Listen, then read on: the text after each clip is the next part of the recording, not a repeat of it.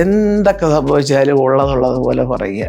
അത് കള്ളം പറയുമ്പോൾ ആ ഒരു ദിവസത്തെ പ്രയാസമേ ഉള്ളടാ, പിന്നെ നമുക്കും സുഖമായിട്ട് കിടന്ന് ഉറങ്ങാം. അപ്പോൾ ആരെയും ഞാൻ ഭയക്കാറില്ല, പറയാനുള്ള കാര്യങ്ങൾ ഞാൻ പറയും.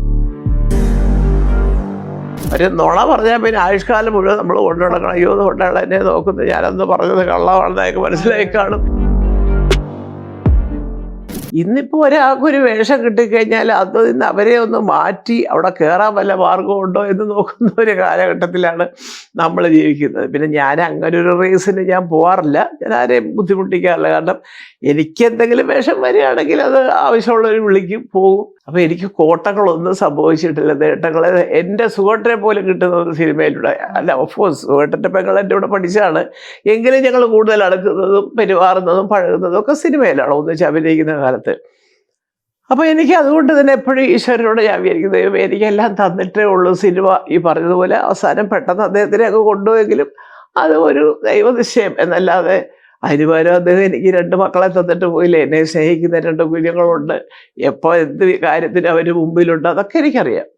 അപ്പം അതുകൊണ്ട് ഒരിക്കലും എങ്ങനെ 52 വർഷം എത്തി എന്ന് ചോദിച്ചാൽ ഒരുപാട് കഷ്ടപ്പെട്ടു എന്ന് പറഞ്ഞാൽ ശുദ്ധ നുണയാണ്.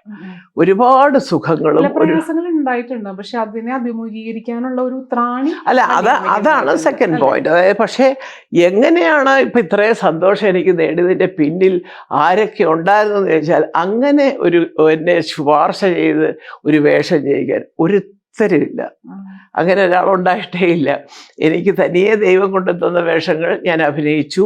പിന്നെ നമുക്കത് കഴിഞ്ഞ് നമുക്കൊരു കഷ്ടപ്പെട്ട് നമ്മൾ എപ്പോഴാണ് ജീവിതത്തിലൂടെ ഫൈറ്റ് ചെയ്യാൻ തുടങ്ങിയെന്ന് ചോദിച്ചാൽ അത് സുഖേട്ടൻ്റെ മരണത്തോടുകൂടിയാണ്. അപ്പം എനിക്ക് എവിടുന്നില്ല, അതെനിക്ക് തോന്നി, ഞാൻ ഇതിനു മുമ്പ് പറഞ്ഞിട്ടുള്ളത്. അത് എനിക്ക് തോന്നുന്നത് ഒരു 5-8 മാസം നമ്മളിങ്ങനെ ആകപ്പാടെ എല്ലാം പോയി, ജീവിതമേ പോയി, ഇനി വേണോ എന്നൊക്കെ ആലോചിക്കുമ്പോഴായിരിക്കും ഈ കുഞ്ഞുങ്ങളെ നമ്മൾ ശ്രദ്ധിക്കുന്നത്. അപ്പോൾ കുട്ടികൾക്ക് പെട്ടെന്നുണ്ടാകുന്ന മാറ്റം, അയ്യോ അത് വരാൻ പാടില്ലല്ലോ, അങ്ങനെ അല്ലല്ലോ അദ്ദേഹം പറഞ്ഞിരിക്കുന്നത് എന്ന് വരുമ്പോൾ നമുക്ക് എവിടുന്നോ ഒരു ശക്തി, ഒരു ആർജവം നമുക്ക് സ്വയം ലഭിക്കുക. സത്യം. പിന്നെ അതിൽ ഊന്നിക്കൊണ്ടാണ് പിന്നെ നമ്മുടെ യാത്ര.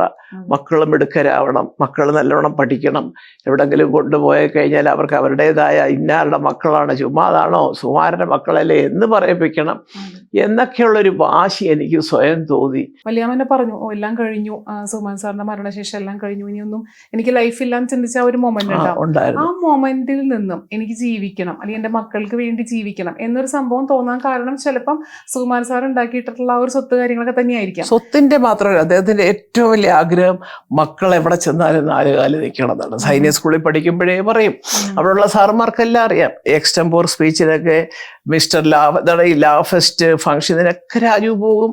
ഇന്ദ്രനും അതുപോലെ തന്നെ സ്പോർട്സിനും ഉണ്ട്, നാടകത്തിനുണ്ട്, പാട്ടിനുണ്ട്. അപ്പം ഇവന്മാർ ഇറങ്ങി തിരിഞ്ഞ സിനിമയിലൊക്കെ വരുമായിരിക്കും എന്നൊക്കെ പറഞ്ഞ് സ്കൂളിലേക്കൊക്കെ പോയിരുന്നത് അവർ തന്നെ താനെ എഴുതി സംവിധാനം ചെയ്ത നാടകം കൊണ്ട് രാജുവൊക്കെ.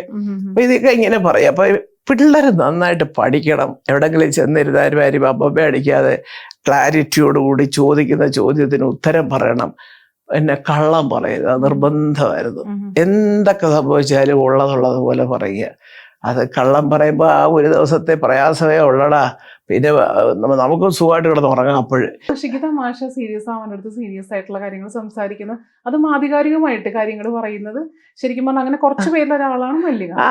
അതുണ്ട്. പിന്നെ പലരും പറഞ്ഞത് എന്താ വെച്ചാൽ ചിലരൊക്കെ ഭയങ്കര, അവർക്കൊക്കെ അതുപോലുള്ള വിവരം ഉണ്ടായിരിക്കും, ഭയങ്കര സാഹിത്യ ഭാഷയിൽ സാമൂഹ്യ വ്യവസ്ഥിതിയെക്കുറിച്ചും സാംസ്കാരിക നായകന്മാരുടെ അലംഭാവത്തെക്കുറിച്ചും ഒക്കെ ഇവിടെ പറഞ്ഞു തള്ളും. ഈ ചേച്ചി പറയുന്നത് ഞങ്ങൾക്ക് മനസ്സിലാവുന്നുണ്ട്, ബാക്കിയുള്ളവർ പറയുമ്പോൾ എന്തോ ഇവർ പറയുന്നത് പവർഫുൾ. അപ്പൊ അങ്ങനെ അതൊരു പക്ഷേ ഞാൻ അത്രയ്ക്ക് വലിയൊരു ഭാഷാ പണ്ഡിത അല്ലാത്തതുകൊണ്ട് എനിക്കറിയാവുന്ന ഭാഷയിൽ എൻ്റെ മനസ്സിൽ തോന്നുന്ന സത്യസന്ധമായ കാര്യങ്ങൾ ആരെയും ഞാൻ ഭയക്കാറില്ല, പറയാനുള്ള കാര്യങ്ങൾ ഞാൻ പറയും. അതുകൊണ്ട് ചിലർക്ക് ഇഷ്ടപ്പെടാം. പക്ഷെ ആ പിണക്കങ്ങളൊക്കെ ശാശ്വതമല്ല. ഇന്ന് കേട്ട ഒരു സംഗതി എന്നാലും അവരത് പറഞ്ഞല്ലോ എന്നുള്ളത് നാളെ കൂടെ നീക്കും, മറ്റന്നാൾ പോവും. ഒരു നുണ പറഞ്ഞാൽ പിന്നെ ആയുഷ്കാലം മുഴുവൻ നമ്മൾ കൊണ്ടു നടക്കണം. അയ്യോ കൊണ്ടാണ് എന്നെ നോക്കുന്നത്, ഞാനന്ന് പറഞ്ഞത് കള്ളമാണെന്നൊക്കെ മനസ്സിലായി കാണും എന്നുള്ളൊരു നമുക്ക് ടെൻഷൻ ഉണ്ടാവും. ആ സമയത്ത് സത്യം പറഞ്ഞിട്ടുണ്ടെങ്കിൽ ചിലപ്പോൾ അത്രേ ഉള്ളൂ. പക്ഷെ ഈ പറഞ്ഞ നുണ നമുക്ക് ഓർമ്മ അത് ഒന്നാമത്തെ കാര്യം, നമ്മൾ പോലും മറന്നു പോകും. പിന്നെ അത് മാത്രമല്ല നുണയാണെന്ന് മറ്റവർ പറഞ്ഞാൽ ഇവരാള് കൊള്ളാമല്ലോ എന്നുള്ളത് നമുക്ക് അതുവരെ ഉണ്ടായിരുന്ന ആ ഒരു സ്ഥാനം പോയി കിട്ടും. എന്തിനാ ഇനി പോകുന്നത്? അത് കാരണം ഞാൻ അങ്ങനെ അറിയാവുന്ന കാര്യങ്ങൾക്ക് ഞാൻ പറയാം, അല്ല ഇത് ഇങ്ങനെയാണ്, അത് തെറ്റാണ്, ഇതാണ് ശരി എന്ന് ഞാൻ പറയാറുണ്ട്.